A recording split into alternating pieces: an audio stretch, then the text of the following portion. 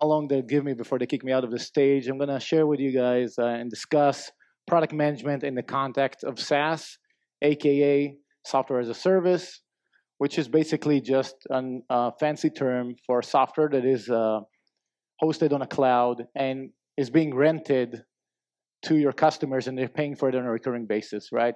We'll talk about a few things that keep product managers awake in SaaS companies, and we'll also touch about one rather common yet very challenging predicament, I'll call that, to wrap everything up, that product managers have to deal with on a rather regular basis.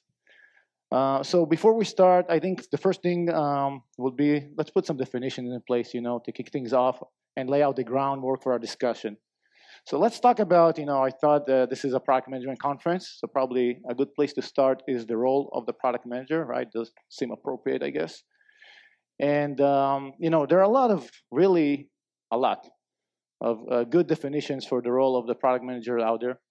And I brought this one, we'll go over it in a second, because it resonated so well with me. And the reason it resonates so well is because it's generally applicable and it's encompassing. It's generally applicable in the sense that it is applicable to any business model, any product, any industry, and any market. And it's encompassing in the sense that it touches upon all the key activities product managers engage with in their job, or at least should be engaged with. So let's read through that, and I'll expand on a few words I highlighted here. So the role of the product manager is to deliver measurable business results through product solutions that meet both the market needs and company goals. So I didn't come up with this definition. It's by Don Benedetti, but I thought it's really a good one. So let's focus on a few words here. The first one, the word I chose to highlight is deliver. And why do I choose to highlight deliver?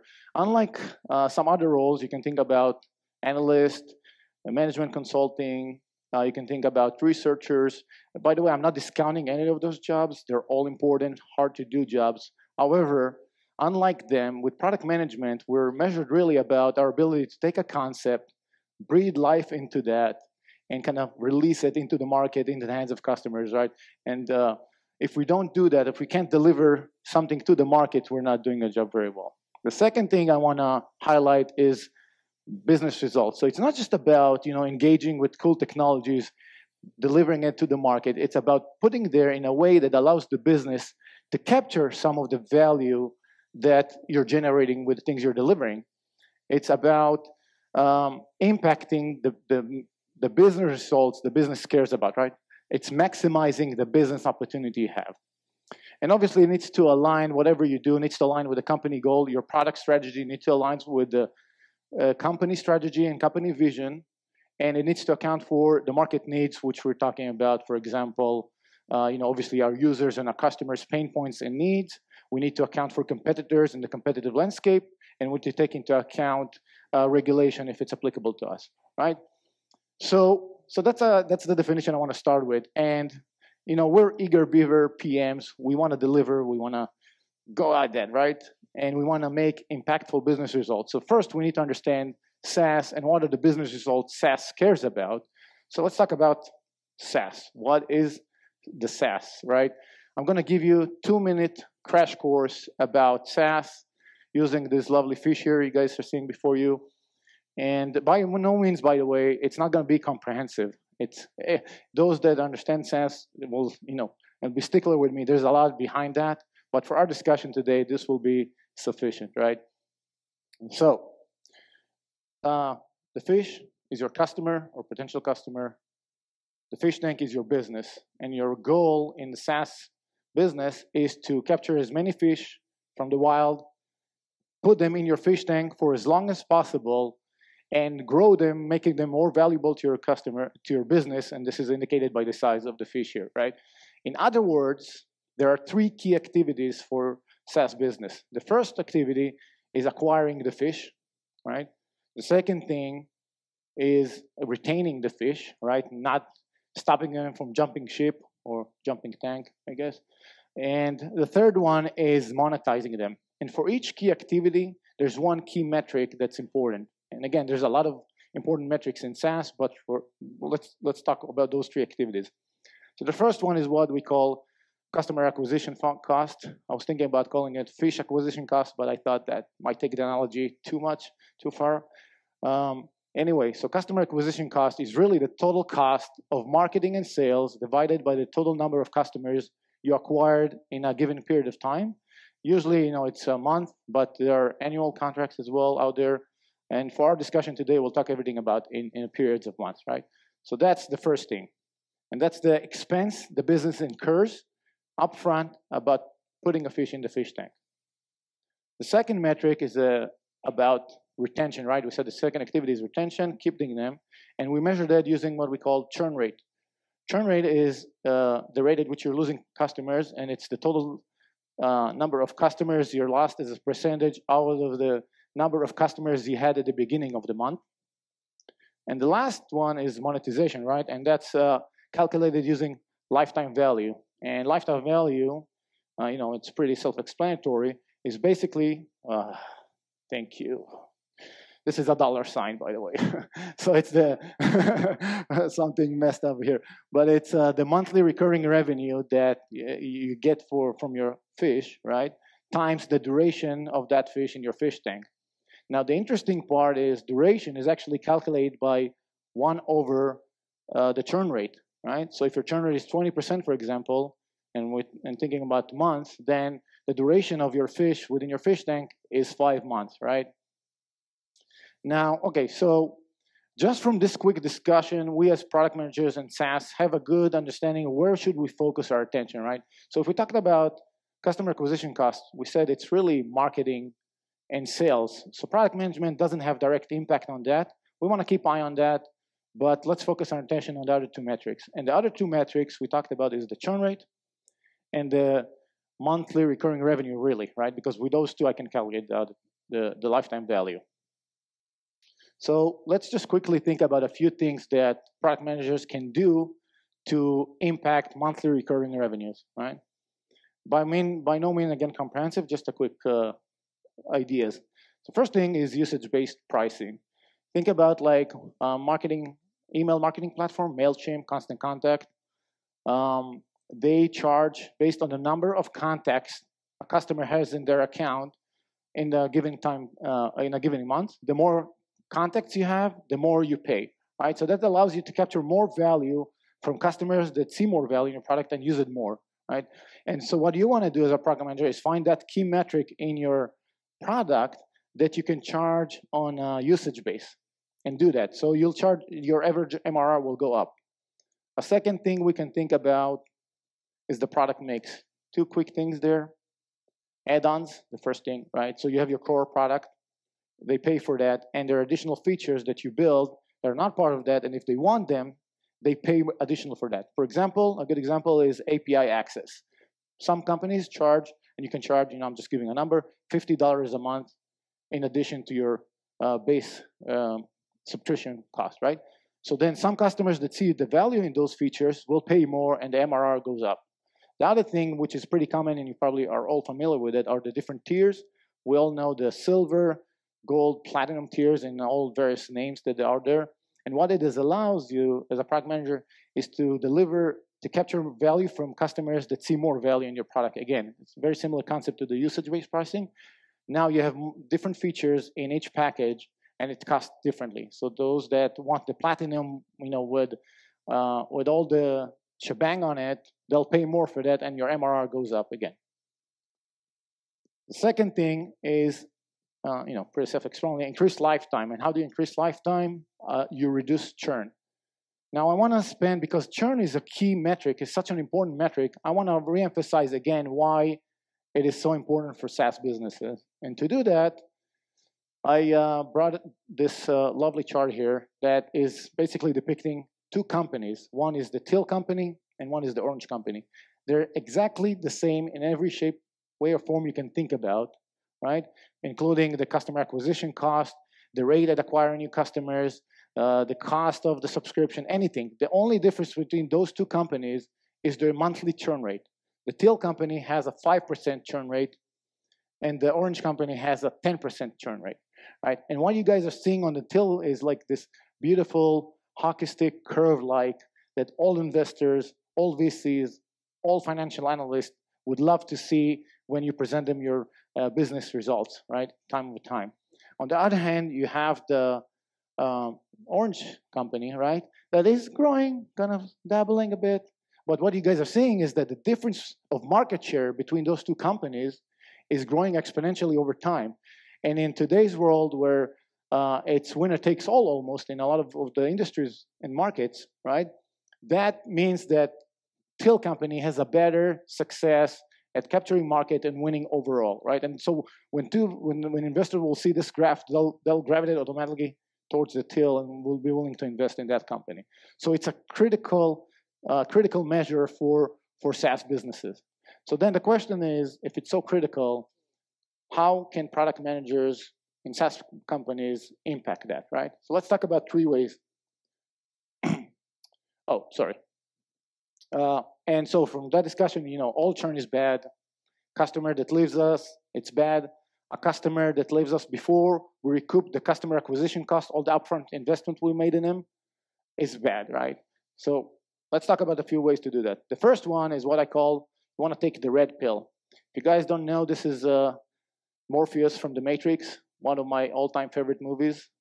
Funny thing, the only movie I ever paid twice to see in the theater. The first time I was just so blown away by that, I had to go back again. So in the movie, there's a scene where Morpheus talks to Neo, the protagonist, and he offers him 2 pills. He offers the blue pill and he offers the red pill, right? And he says to him, if you take the red pill, you'll wake up tomorrow morning, you won't forget a thing, you'll keep on with your life. But if you take the red pill, you stay in Wonderland, I'll show you how deep the rabbit hole goes. But remember, all I offer you is the truth, nothing more. And this is what this is about, right? We want the hard, cold, slap to the face truth about why our customers decided to leave us. What are the reasons that they decided to stop paying us and churn, really? So, I just love the movie so much. I got into the scene too much. So the idea behind this is that, like the meme here suggests, is what if I told you, all churn customers, you have an exit interview with them, and you actually interview them and ask them about why are they leaving the company. You can be more aggressive, by the way, or less aggressive with this approach. You can mandate that every customer that churn in the contract has to go through an exit interview, and you just, have those conversations again and again. Or it could be a bit less aggressive approach, where you can actually just send an email, say, hey, are you willing to share your thoughts, or are you willing to set up a call, right? It depends on the customers. It depends on how many customers you have, the business, the industry. Every product manager should find the balance that's right for their mix. But the idea is that over those conversations and over time, as you have more and more of those conversations, you'll start to aggregate the themes that people tell you into teams. And you'll find areas where you need to iterate in the product to make sure that you're reducing churn rate, right? And that will inform your product roadmap, your product prioritization, and the feature definitions themselves. And you have the added benefit, right, that now when you're discussing with your development team or designers or stakeholders, you can always pop up an anecdote from a conversation you had and say, this is what the customer said. And it's really hard to argue against what the customer said, right? So the first thing you want to do is take the red pill, all right? Then the clicker. All right, the second thing is what I call cease the decrease. Now, the idea behind this is that churn is really a process. It's an action that was taken in a single point in time, but it is a process behind it, like this stick figure that is that at least was supposed to slowly fade away. And the same thing is with churn. The product starts, the customer buys your product, he pays for it, he starts engaging with it, maybe uses it every day, maybe even uses it several times a day. But suddenly something happens, and over a certain period of time, he starts using it every other day, every week, every month. And then the subscription bill comes, and he says, hey, wait a minute, why am I paying for this thing? I don't use it. I'm going to call or send an email or cancel the subscription, right? And then that customer is churn.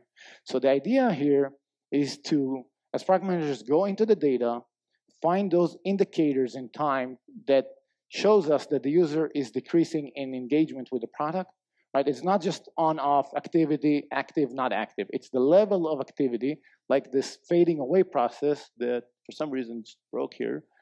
I don't know, but this is supposed to be gray. So we want to find like that area between here and here and start taking and create basically an intervention plan, right? We want to reach out to the customer and try and bring him back and re-engage him with the product. And there are a few ways to do that. The first way is kind of a moderate approach. It's what we call create value reminders. So the idea is that when you're starting to see that customer fading away, you start sending value reminders. What is a value reminder? Maybe you released a new feature set. So you send, hey, there's a new feature set, new feature will release, click here to start do that, start engaging with that, right? Or maybe you see based on the analytics and the behavior, that customer didn't engage with a certain part of your product that you know that can deliver value, and you say, hey, we noticed you haven't used this feature, click here to start engaging with it. The other thing is if your product has certain workflows, for example, I'll just give a stupid example here, but he started to create an email and it's a draft and it sits in draft for 2 weeks. You can send an email and says, hey, we saw you started taking this action, but you never completed it. Click here to complete. And by the way, those that completed this action have saw an increase of X and X in a certain metric, right? So you remind them the value that your product brought them in the first place and can bring them in the future. The second thing, man, I don't know. I guess I'm lucky today.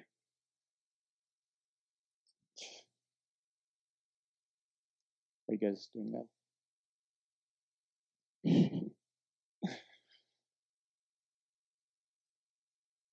Awkward.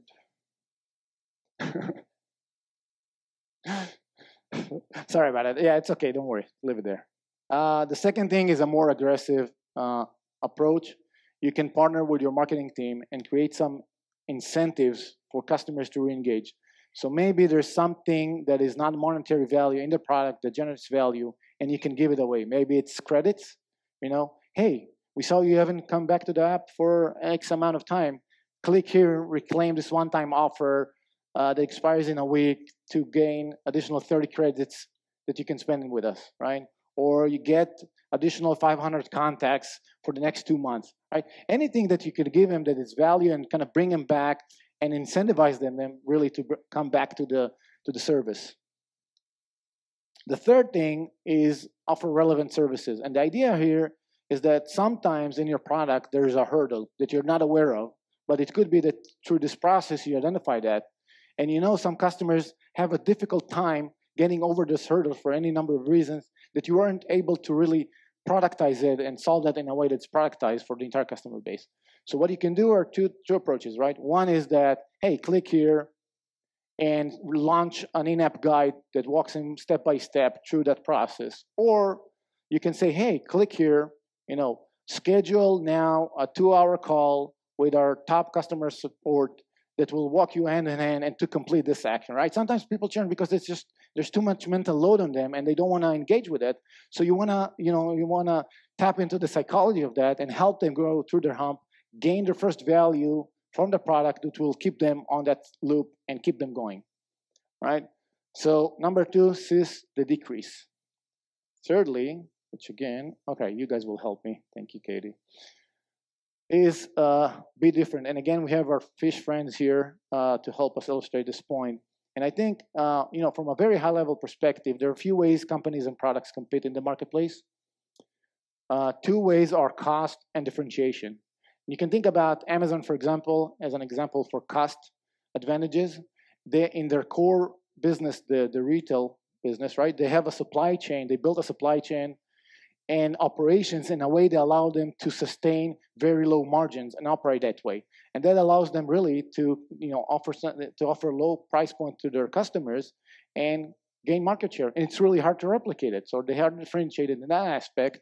And by evident by the summation of the retail space in the US, it's working very well. On the other side, you can take an example like Apple. Apple is a very differentiated and powerful brand. And what it allows them is to sustain high prices, and not just only sustain those high prices, but actually, ask for more money. Even I, that I'm aware of the strategies, it works on me, and I bought an iPhone 10 at $1,000, an iPhone X, right? So the differentiation works. And how can you, and so why is it important to be different, aside from that? If you think about it, really what it does, it creates, I think this is not going to work, so I'm just going to leave it here. What it creates is a moat around your product, right? The moment you have something that only you can deliver to your customer, be that an experience, be that how they feel about themselves, be a unique combination of features and technology that they can't get anywhere else, and now they need to switch, right? There's a high switching cost on them. They need to either learn, they have to give up on that feeling, maybe they need to relearn how to do something. Maybe they need 3 more tools now to accomplish something that they could accomplish with just a few clicks, right? So, and once the switching costs are high for your customer, the churn rate goes down. Unless there's something really, really, dismal that happened, then they'll churn. But if not, they'll stay with you. And the Apple fandom is a great example for how people stay loyal because of the experience they get, because the feeling they get from the product. So there are 3 ways for products really to differentiate themselves. Can we do the first one?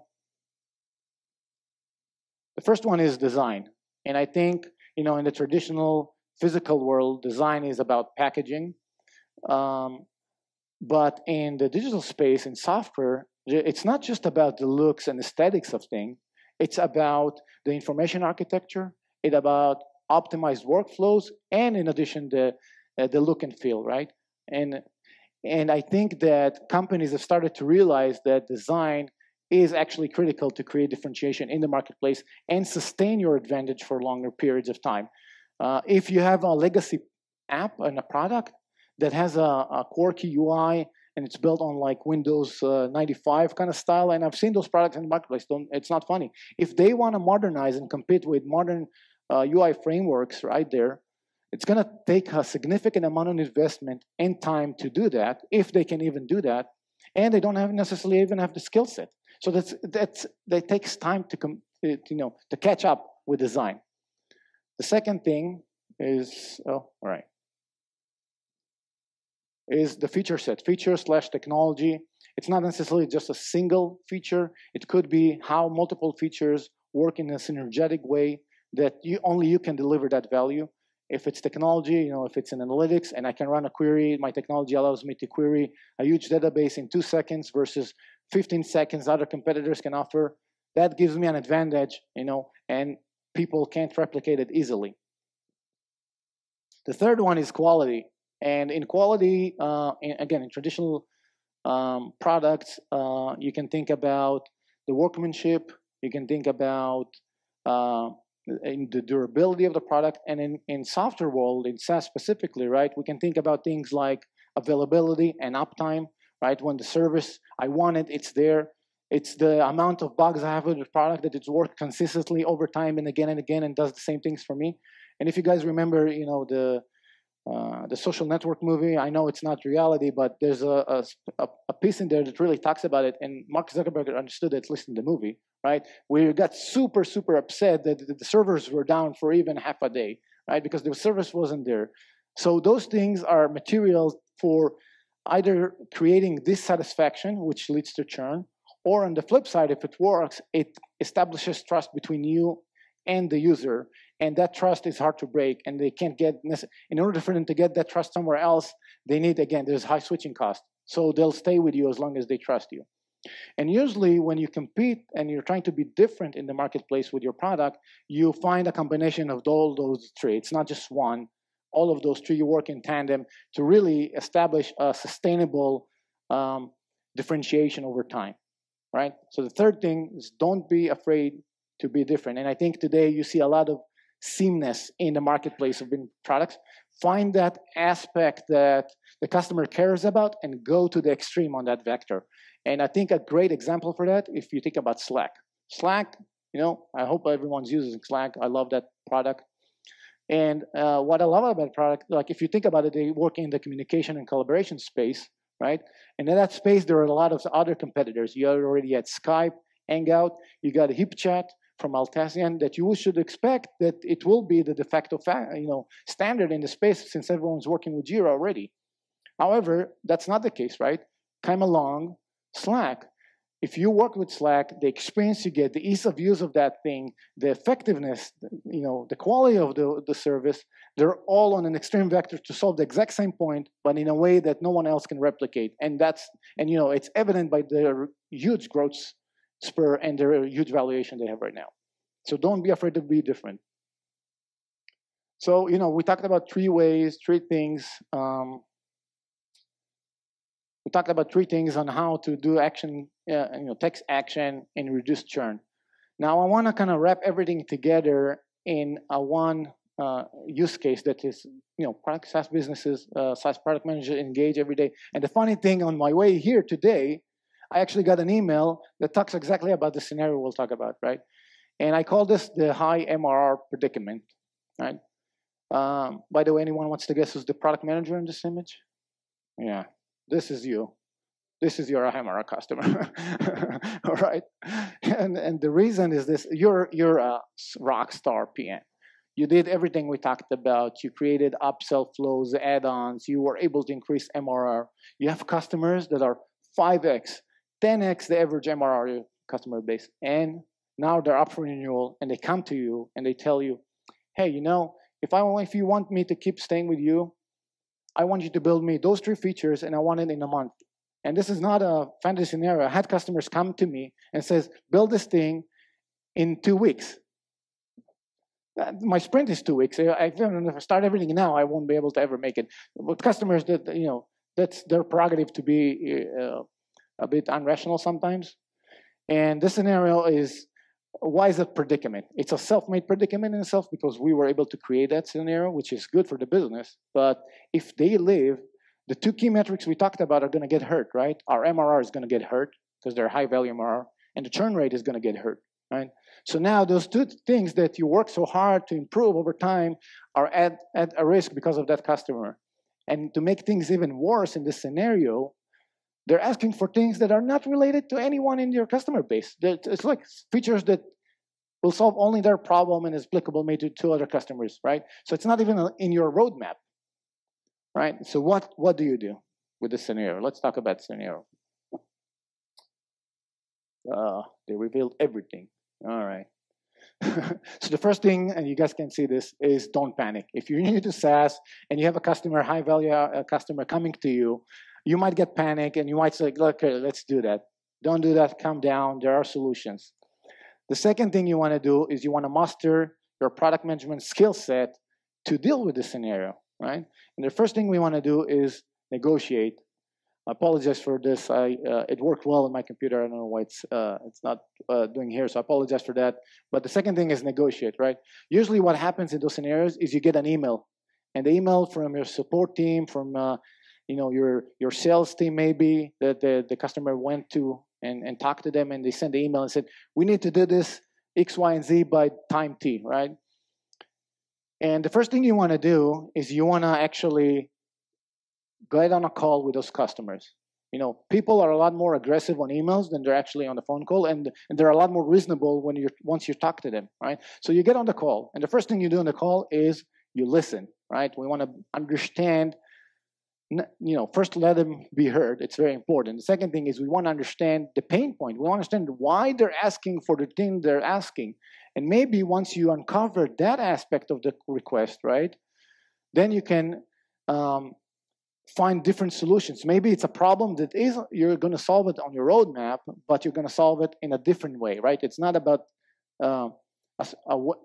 adding a button. There's a problem and a need behind it. So we want to understand that.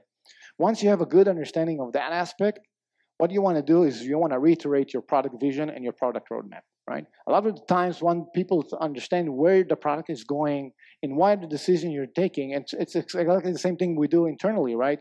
It's easier for them to understand, and what you want to do is try and align as much as possible, kind of massage the things you heard and allow them to fit in your with your roadmap. Show how your roadmap actually solves those things, and you might have some flexibility. And if it's in 2 quarters' time, you can bring it to the next quarter, right? So that allows you to do that.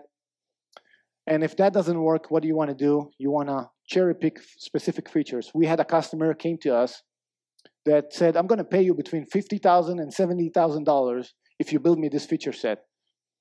And that's not an insignificant amount of money. But the problem is, like I said, it's that they wanted something that was so specific to them. So we went back and we did some evaluation and said, you know what, we're willing to take your money, all right, but we'll build this following set of features that doesn't go to all the extreme, that covers a much larger use case and that's applicable to a lot of the other customer base. So you can have, that's the negotiation process. Now, if everything fails, the last tactic you can take is stalling. And stalling is a really fantastic tactic for two reasons. The first one is if they say to you, I need this in 2 weeks or a month, right? Then you have to go to your development team and you have to stop midstream the work they're doing. So there's a lose-lose scenario. A, your team is going to be very upset with you because you guys worked to scope it, plan it, started to execute it. So they get upset. And on top of that, you lose all the progress that you made on those features because you're stopping at midstream, right? So that's one thing. The other aspect of the stalling tactic is because life is dynamic and you want to take advantage of that fact, right? Scenarios change for those customers and for you, right? What could happen for the customer? Maybe that person that was the champion of those feature requests in 3 or 6 months' time is not in the company anymore, right? Or maybe he moved to a different position. Or maybe they changed their business strategy if it's a company and you're serving customer, it's a B2B. So those features are not as important as what they were before, right? So what do you want to do? You want to stall. And obviously, you can always say no if it's needed. And we do that. Part of our jobs as product managers is to say no to a lot of things to main focus on what is applicable to the entire customer base. So you want to say no. Now, this is the short term, like the scenario happens tomorrow, you need to deal with it. But in the long term, there's, again, the skill set, and part of your daily job is to create alignment within the company about the product vision and the product roadmap. And what that does for you, it helps keep people in place through sheer force of social pressure, in a sense, right? Once there's a strong alignment and people understand what you're doing and they have a strong buy-in into your roadmap, now someone comes and they say, maybe it doesn't make so sense to do that because we understand how this will benefit the business over the long term, right? So you want to create an alignment and strong buy-in. However, you gotta be mindful that our strong forces are working against that. And the reason is because we talked about that. That is going to impact key metrics in your business. And there are stakeholders, maybe executives, that their promotion is dependent on making those metrics, those numbers. Their bonuses are dependent, or maybe your CEO needs to stand in the board meeting in a month and explain why he didn't make those numbers, right? So there are a lot of strong forces that will work to say, do that at any cost, right? But if you take that long view of things, then it's much harder for one exec to stand out of line and say, no, do that, while everyone else says, no, it's not as important, right? So so those are the things you can do and handle that kind of predicament that you created by being a good product manager in SaaS businesses. And that's it. Keep calm and SaaS on, I guess. All right, guys. Thanks.